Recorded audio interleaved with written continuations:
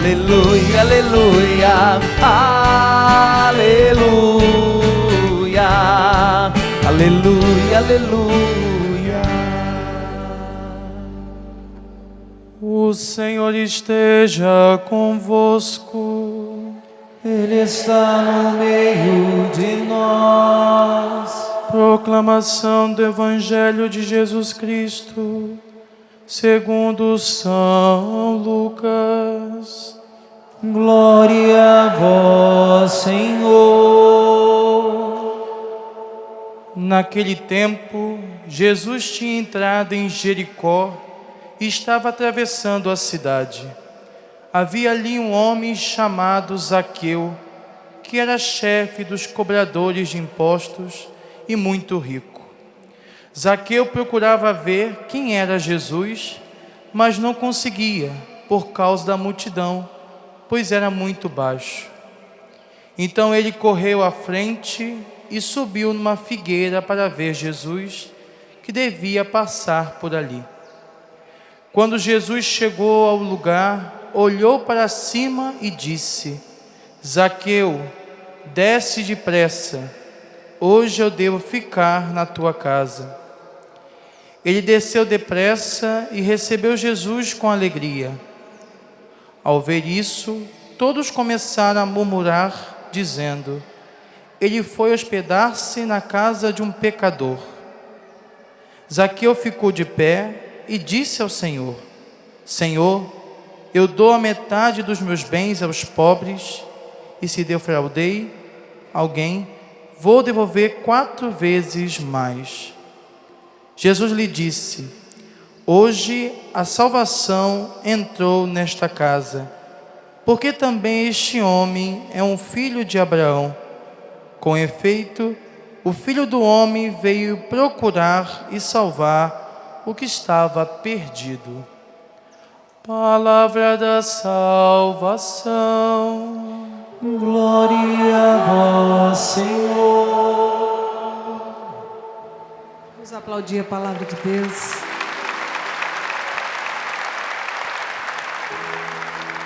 Nos assentando, vamos cantar. Ao vencedor dar-lhe-ei o direito de sentar-se comigo no meu trono. Ao vencedor dar-lhe-ei o direito de sentar-se comigo no meu trono.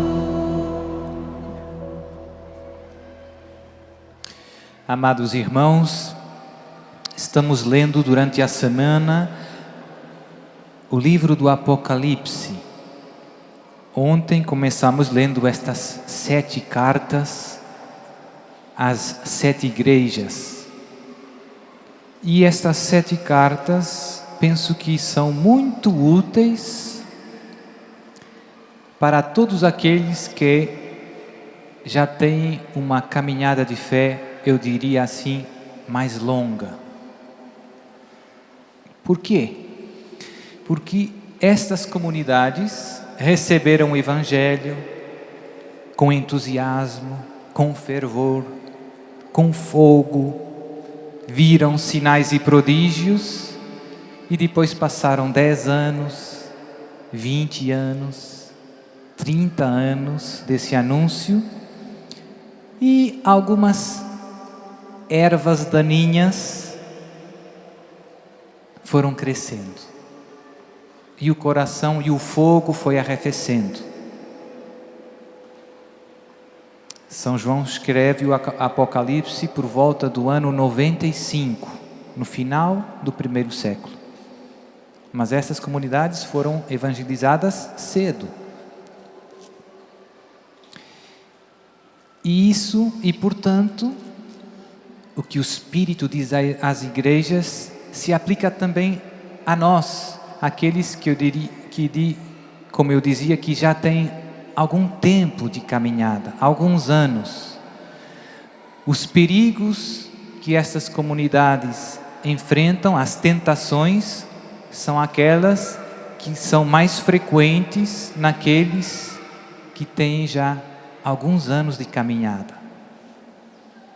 Se você quiser, é como num matrimônio. Tem o namoro, tem o casamento, tem a festa, tem a lua de mel, e depois tem os primeiros anos, as alegrias dos primeiros filhos, e depois vão passando mais anos e mais anos, e muita coisa pode acontecer depois. E surgem várias tentações. Hoje, a leitura que acabamos de escutar nos fala de duas grandes tentações que podem vir mais à frente na caminhada.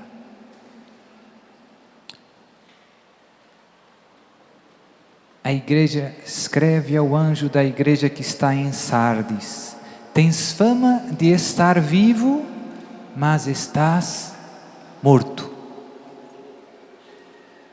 Parece que você está vivo, fervoroso na fé, mas em realidade estás morto. Em Portugal diz: quem vê caras, não vê corações. Deus vê o seu coração. É o risco da vida dupla, da hipocrisia, do teatro, que pode entrar na nossa vida cristã. Jesus, uma das coisas que mais detesta é a vida dupla. Jesus criticou duramente, por exemplo, os fariseus. Sepulcros caiados de branco. Fazem longas orações, gostam de ser vistos, saudados, mas o seu interior está cheio de pecado. Ficou bem bom esse aí. É isso mesmo. Por fora bonito, por dentro, pecado. Não há sintonia entre o que você aparenta e o que você é. Jesus dizia: este povo me honra com a boca, mas o seu coração está longe de mim. Isso pode acontecer a todos nós. O fogo se vai apagando e você começa vivendo uma vida dupla. Pode acontecer com os padres, com os consagrados, com os grupos de oração, com tanta... E sempre temos que vigiar e buscar a transparência, a unidade de vida, a humildade, que Jesus tanto ama.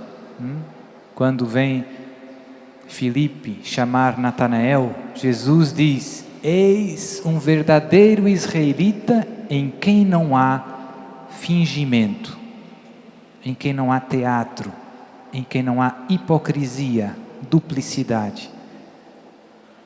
Aquilo que se vê é aquilo que está no coração dele. Sinceridade de vida, transparência de vida. Como as crianças. E a palavra que o Espírito, o convite que Deus faz a essa igreja é: lembra-te de aquilo que aprendeste e vive, observa-o, converte-te. Muda, cuidado com a vida dupla. Deus vê o seu coração. E a segunda tentação, a igreja de Laodiceia, Deus diz: não és frio nem quente. Mas porque és morno, nem frio nem quente, estou para vomitar-te da minha boca.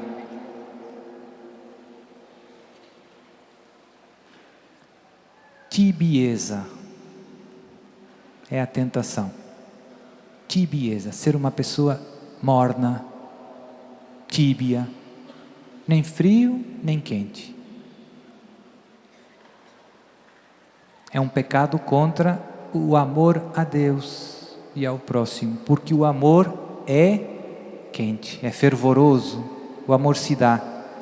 O tíbio é a pessoa que começa fazendo compromissos e busca seguir a Cristo, mas sem perder as suas comodidades, sem se meter, sem grandes sacrifícios, sem grandes renúncias, se deixa condicionar por os respeitos humanos, não quero zangar-me com os meus colegas de trabalho, o que vão pensar os outros.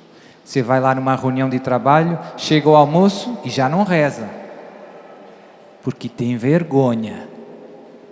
O que vai pensar o meu patrão? Tíbio. Você é de Jesus? Só aqui dentro do centro de evangelização? Ou é 24 horas por dia? 24. Então, quando você vai com os seus filhos lá no McDonald's, você pega o Big Mac, se levanta, abre os braços e faz a sua oração. Não se envergonhe da sua fé. Não se envergonhe. Então a tibieza é uma tentação. Com o tempo, a gente tende a cansar-se, né? E por isso temos necessidade de eventos, de encontros, de reavivamento espiritual contínuo. Porque o amor, a vida tende a apagar o amor de Deus dos nossos corações. E o convite de Deus é o mesmo. Eu repreendo e educo os que amo. Esforça-te, pois, e converte-te. Conversão. Lutar contra a duplicidade de vida, lutar contra a tibieza.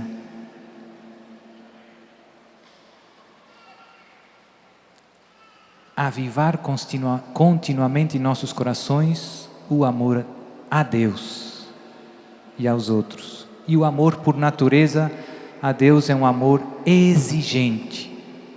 Amar a Deus com todo o coração, acima de todas as coisas. Sem vergonha, aquele que se declarará por mim diante dos homens, também eu me declararei por ele diante de meu Pai que está nos céus. Sem medo, sem deixar entrar a tibieza, a mediocridade. Tá bom assim, não exagere, padre. Tem gente que pensa que é sempre demais, né? O amor a Deus não tem limite. Nunca vai chegar o dia em que você vai dizer: estou amando Deus demais. É impossível. Porque por mais que você ame a Deus, Deus ainda merece mais amor. O medíocre se contenta com pouco, põe limites ao amor. Eu vou fazer isso por Deus, mas não vou fazer mais que isso. Vou dar isso, não dou mais. Mas Deus merece todo o nosso coração, todo o nosso amor. Lutar. No Evangelho, temos a famosa cena da conversão de Zaqueu, que todos conhecemos muito, muito bem, e que é uma das melhores parábolas, uma das melhores cenas bíblicas. Não é uma parábola, é uma cena histórica, para falar da grande misericórdia que Deus tem. a passagem termina: o Filho do Homem veio procurar e salvar o que estava perdido. Isso é o que significa misericórdia. Deus vem procurar, salvar o que estava perdido. E tem várias coisas muito bonitas deste encontro de Jesus com Zaqueu. Zaqueu tinha má fama, publicano, era olhado assim de lado, mas era má fama mesmo. Imagine que Jesus vem e vai almoçar na casa de um traficante de droga. É assim, algo, ou alguém que publicamente era completamente mal visto. Por que os publicanos tinham má fama? Por dois motivos principais. Porque colaboravam com os romanos, eram cobradores de impostos. Eles eram judeus, mas os seus patrões eram os romanos, que lhes confiavam a tarefa de recolher o dinheiro dos impostos do povo judeu para entregar para os romanos. E quem fazia esse trabalho eram os publicanos. Os judeus não gostavam dos romanos, porque os romanos dominavam a Terra Santa no tempo de Jesus.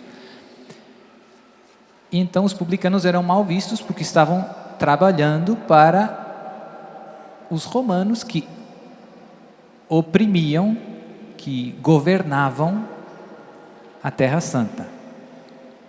Mas ainda tinha outro motivo, segundo motivo, pior que este. É que os romanos pediam aos publicanos uma soma de dinheiro por cada região. Para essa região você vai ter que cobrar, você vai ter que me entregar no total, digamos, 5 mil reais. E eles começavam pedindo às pessoas. E o que faziam eles? Os publicanos pediam mais do que deviam entregar para os romanos. E o que sobrava? No bolso. Se aproveitavam da sua função para se enriquecerem.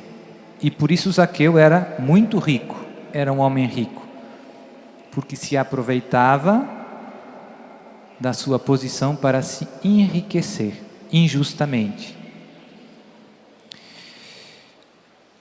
Então Jesus foi à casa desse homem. Zaqueu procurava ver quem era Jesus. Jesus passa perto, olha para cima e o chama pelo nome. É muito comovente. Jesus nos olha e nos conhece pelo nome, a cada um de nós. Zaqueu não disse nada. Jesus nunca tinha visto Zaqueu antes.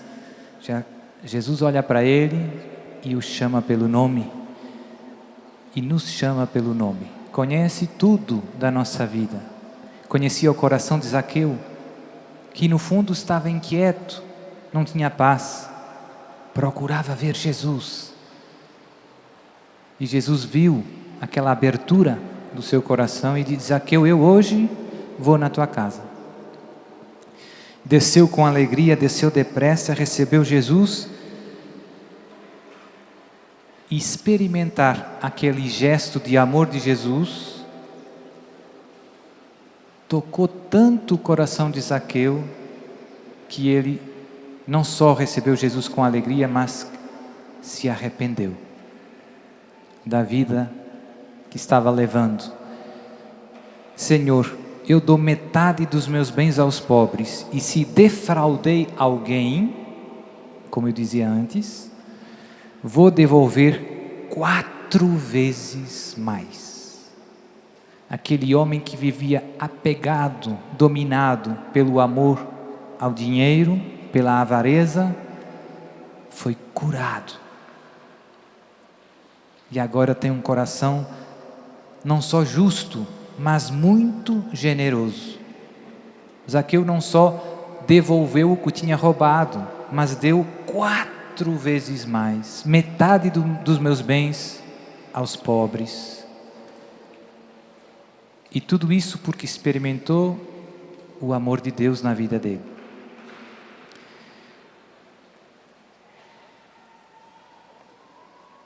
Aqui também é um caso em que podíamos dizer: quem vê caras não vê corações. Zaqueu tinha má vida, mas o seu coração se abriu à graça. E aqui tem uma lição para todos nós: não tem caso perdido para Deus, não tem caso perdido para Jesus. Não tem caso mesmo. Satanista, não sei o que, não há caso perdido para Deus. Se pode tornar um fervoroso apóstolo de Jesus. E por isso, reze, meu irmão, por aqueles que o mundo pensa que não tem mais solução. Às vezes eu escuto: padre, essa pessoa não tem jeito, padre. Tem. Não tem caso perdido para Deus. Reze com confiança, porque até a hora da morte dele, tudo pode acontecer. Tem vários testemunhos impressionantes e muito comoventes de como Deus pode resgatar uma alma, por mais longe, por mais fundo no pecado ela esteja. E o que mais toca um coração, eu penso, esse era o ponto onde eu gostava de chegar essa tarde, e que ao mesmo tempo é uma grande vocação para todos nós, é ajudar os pecadores, aqueles que nos rodeiam, que encontramos no trabalho, lá na nossa cidade, a experimentar o amor misericordioso do coração de Jesus. O que tocou o coração de Zaqueu? Jesus olhou para ele, o chamou pelo nome, não criticou, não julgou, não o repreendeu. Simplesmente disse: eu quero estar contigo. Você para mim é importante. Estou te vendo. Eu vou na tua casa. Eu me preocupo com você. E tudo isto sem nenhum interesse, gratuitamente, incondicionalmente. Este é o amor de Deus. E você e eu somos chamados a ser transparência deste amor misericordioso, deste amor incondicional. Este amor, quando alguém experimenta este amor, se sente amado assim, o seu coração, por mais duro que esteja, estremece, se comove. Tem uma frase de um santo, já não me lembro quem é o santo, mas que dizia isto: nada move mais o coração a amar do que sentir-se amado. Foi isso que aconteceu com Zaqueu. É isso que Deus quer fazer através de nós. Deus quer que através de você, o seu amor toque muitos corações que Deus colocou na sua vida. Seja este instrumento do amor misericordioso do nosso Deus. Amém.